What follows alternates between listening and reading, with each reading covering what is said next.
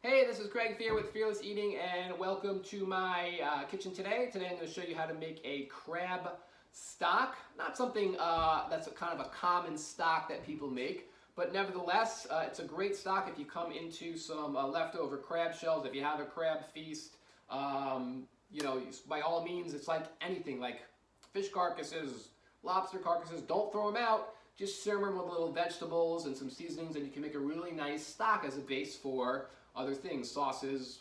What I use them mostly for is soups. And today I'm really excited because I have Jonah crab. I live in New England, and this is a local crab to New England, which traditionally hasn't had much of a market in New England, but that's slowly starting to change. And I was super excited to find some Jonah crab at my local supermarket, so I jumped at them.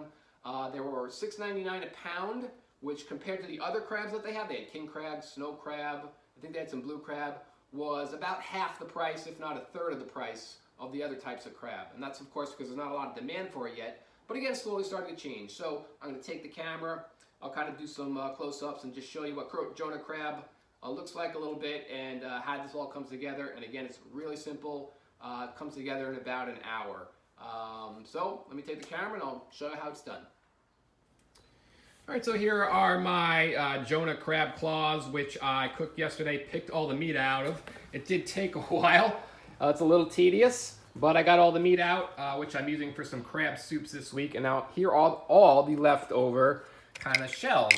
Unfortunately, I realized I did not save one. I should have saved at least one just to show you a full, intact claw. But I kind of like pounded them all and cracked them all and hit them with a meat hammer to get all the meat out easier. But they're pretty good sized claws, Jonah crab. I guess if I could that's kind of like one. They're medium sized. They're really wonderful tasting meat, nice sweet meat. And as you can see, this is all the leftover. And there's a lot of juices and little pieces of meat. I didn't get every little ounce of meat, and that's all gonna make a nice crab stock. So what I'm gonna do now is I'm gonna fill this pot up with water and I'm gonna bring it to a boil. And I'll check back in once that happens, and we're going to kind of skim a little of the scum off the top of that. That's going to form on the surface, and then we'll add some vegetables and seasonings after that. Okay, I just want to show you some of the other ingredients, vegetables, seasonings we'll be adding to the stock, which is coming to a simmer real soon. Kind of some standard seafood stock ingredients, especially for crustacean stocks like lobster and crab here. So we got, for the vegetables, some celery, 2 stalks of celery, a whole yellow onion. I'll chop these up, peel this, chop them up fairly roughly. Same for the garlic. Putting in some thyme today. You could use other herbs like rosemary or some parsley, which you could add towards the end of the stock. Simmering, as parsley is a leafy green vegetable, so you don't want to add that in the beginning. You might add that in the last few minutes. But I'm going to add some thyme today. About a teaspoon of whole black peppercorns. And I'm going to add a little bit, not all of this, but maybe about 2 tablespoons of this tomato paste. Sometimes, that's what I had today. Sometimes I'll add a can of diced tomatoes. Either one is fine. And if you don't have tomato paste or diced tomatoes, that's okay. It's still going to be a really nice flavored stock. This adds kind of a little bit of a richness, a sweetness. So I do like to include it with my crab and my lobster stocks as well. All right, let's just check over here. It's coming to a simmer, but I'll check back in just a few more minutes once it gets to a little bit more of a boil.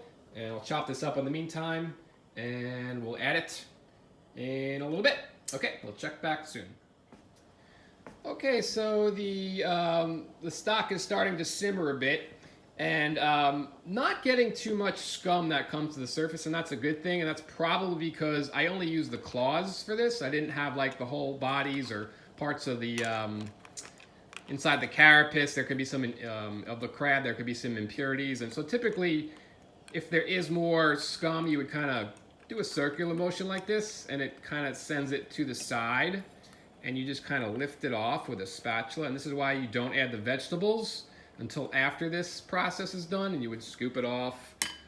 Because it's a little bit harder to do that with the vegetables that typically float on the surface. So you just want to wait. So, and it kind of just, a lot of this will kind of rise to the surface just before it really starts to a more aggressive boil.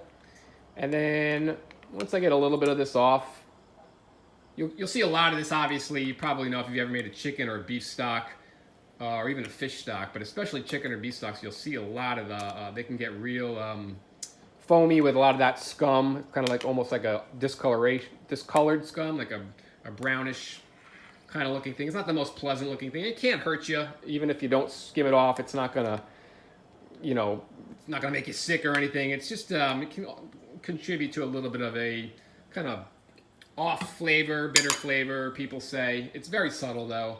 So just about ready now to add all the veggies which I've chopped up. I will add them all in along with my tomato paste, and I will kind of start the process of simmering this. And basically I'm just going to simmer this for about an hour, and then I'm going to taste it in about an hour and make a judgment if I want to keep simmering it or if it's done at that point. So I'll add the stuff in and I'll check back in about an hour.